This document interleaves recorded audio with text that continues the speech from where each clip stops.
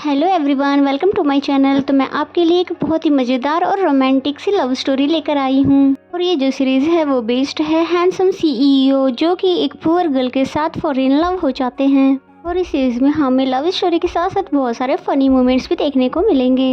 तो बिना किसी देरी के शुरू करते इस ड्रामा का हिंदी एक्सप्लेनेशन का एपिसोड 1। एपिसोड के स्टार्टिंग में हम इस ड्रामे के फीमेल लीड को देखते हैं, जिसके सामने इस ड्रामे का मेल लीड रिजवान होता है, जो कि उसके पास आते हुए कहता है कि जाऊमन, मैं तुम्हें खेतों के पास ले जाता हूँ और कुछ दिखाता हूँ, इसलिए जल्दी से उठ जाओ।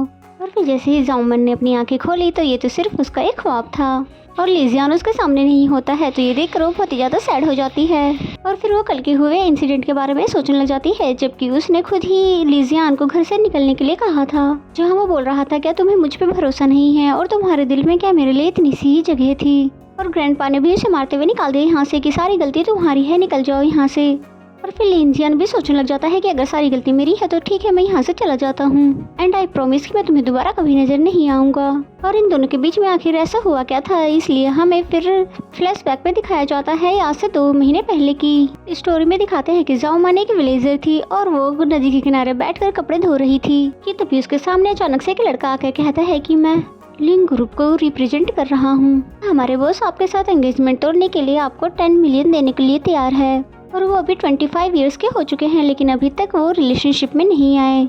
और ये सभी बातें लिन जियान भी गांव की तरफ आते हुए सुन रहा था, क्योंकि उसके आदमी के पास कैमरा और रिकॉर्डर दोनों ही था, जो कि जियाओमान को रिकॉर्ड कर रहा था। जिस पे जियाओमान ने बोला कि अच्छा, तो तुम्हारा बॉस इतना हैंडसम है कि वो अभी तक रिलेशनशिप में नहीं आया। और वो जिम करता है, अपने बॉस को कहो कि वो 10 मिलियन मेरे अकाउंट में ट्रांसफर कर दे और बाकी एंगेजमेंट वाले किस्से को हम बाद में देखेंगे। लेकिन वो लड़का वहीं पे खड़ा रहता है कि नहीं, पहले आपको इस डॉक्यूमेंट पे साइन करने होंगे। जिस पे जाओमन भी खड़ी हो जाती है और कहती है कि अच्छा, तो मैं इस डॉक्यूमेंट पे साइन करूँ, सबर करो, मैं अभी तुम्हें बताती हूँ। और फिर पुश करके उसको पानी में डाल देती है। और फिर ये सब लिन जियान भी देख रहा था कि तभी उसका दोस्त बोलता है कि ब्रो, मुझे तो लगता है कि इसको एंगेजमेंट के बारे में कुछ भी आता पता नहीं है। जबकि लिन जियान को तो गुस्सा आ रहा था कि ग्रैंडपा ने मेरे लिए मुसीबत ढूंढ के रखी हुई है, मुझे जल्दी से जल्दी इसके साथ डील करना होगा। एंड देन जेन हाओ को दिखाया जाता है, जहाँ पर उसकी मॉम उसके पास आते हुए बोलती है कि तुम अभी तक तैयार नहीं हुई हो, जबकि सभी लोग बाहर आ चुके हैं, कम से कम लिपस्टिक ही लगा लो। जेन हाओ को बिल्कुल भी मेकअप करने का शौक नहीं है। और फिर मॉम समझाती है कि देखो, इस बार कोई भी गड़बड़ मत करना, तुम्हारी सेकंड आंटी ने तुम्हारे लिए ब्लाइंड डेट अरेंज करवाई है। कह रही थी लड़का बहुत ही ज़्यादा हैंडसम, पढ़ा लिखा और बहुत ही ज़्यादा अच्छा है। फिर वो थोड़ा सा रोमांटिक होने लगे, तो देखो इस पे गुस्सा मत करना क्योंकि ये नेचुरल बात है। इसका मतलब ये होगा कि वो तुम्हें पसंद करने लगा है। जिस पे जाओमान बोलती है कि मॉम ये कैसी बातें कर रही हो। लिन जियान को दिखाते हैं जो कि इनके घर के पास आ गया था।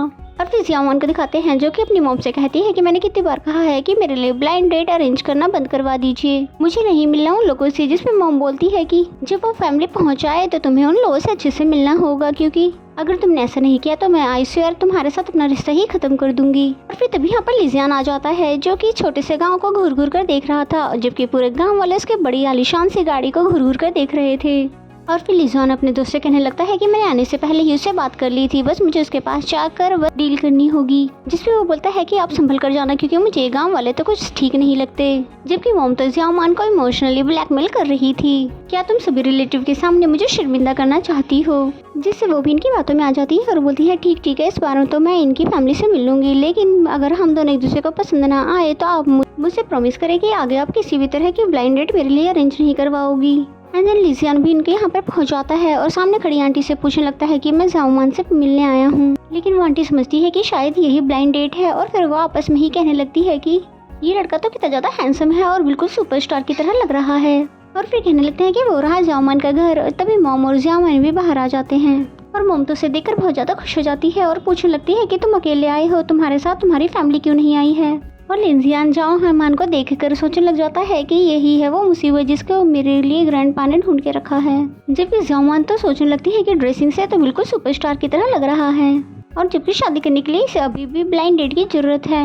एंड देन मॉम लिन जियान से जेन हाओ को इंट्रोड्यूस करवाती है कि ये मेरी बेटी जेन हाओ है और आप ही ब्लाइंड डेट है ना। जिस पे सभी इसको ब्लाइंड डेट समझ रहे थे, इसलिए वो भी हाँ कर देता है कि मैं ही ब्लाइंड डेट हूँ। जबकि वहाँ पे खड़े सभी रिलेटिव बहुत ज्यादा खुश हो रहे थे कि इन दोनों की जोड़ी कितनी ज्यादा परफेक्ट है, जैसे कि ये दोनों एक दूसरे के लिए ही बने हैं, हमें तो बस जल्द से जल्द इन दोनों की शादी करवा देनी चाहिए। लिन जियान तो ये एंगेजमेंट तोड़ने के लिए आया था, इसलिए कहता है अब जब हम ब्लाइंड डेट कर रहे हैं तब क्या। लोगों को ऐसा नहीं लगता कि हम दोनों को थोड़ी देर के लिए अकेला छोड़ देना चाहिए ताकि हम एक दूसरे को जान सके। ये सुनते ही वो सभी लोग जल्दी से बाहर जाने लग जाते हैं। मॉम कहती है कि तुम लोग थोड़ी देर बात करो, हम तब तक हम बाहर से घूमकर आते हैं। जबकि जियामान को तो गुस्सा आ रहा था कि मॉम मुझे अकेले ऐसे छोड़कर कैसे जा सकती हो।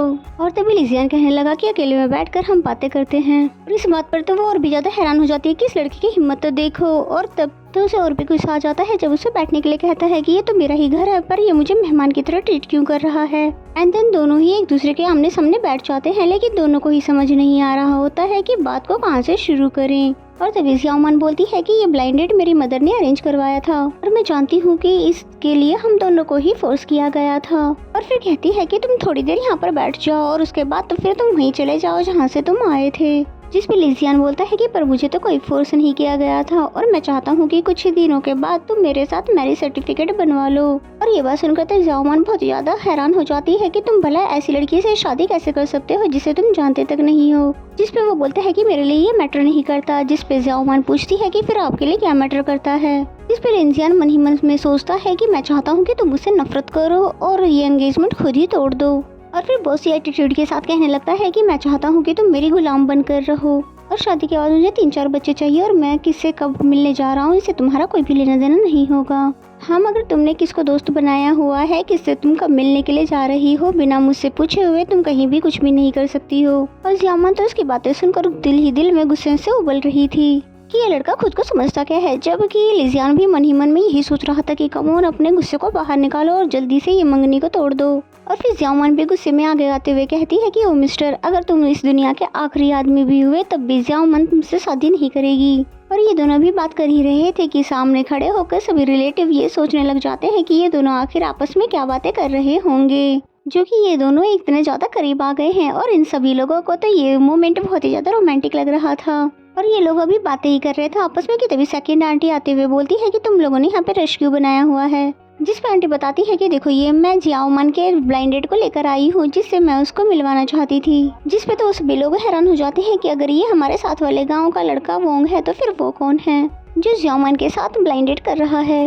और फिर लिजियन को दिखाते हैं जो कि स्माइल करते हुए बोलता है कि तुमने जो कुछ भी कहा मैंने वो सब रिकॉर्ड कर लिया है। पर जियामान को तो समझ ही नहीं आ रहा था कि आखिर ये लड़का करना क्या चाह रहा है।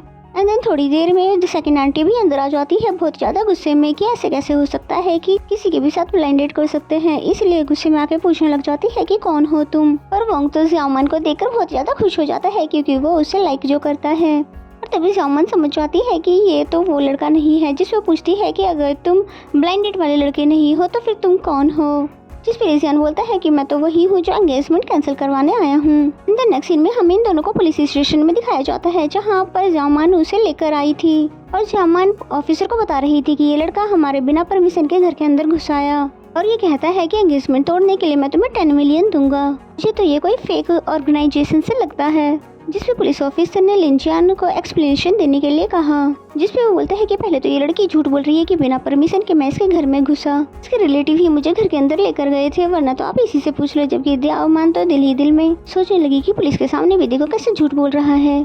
फिर वो बोलती है कि ये लड़का कह रहा था कि ये हमारे एंगेजमेंट तोड़ना चाहता है जिसके लिए वो मुझे 10 मिलियन देना चाहता है।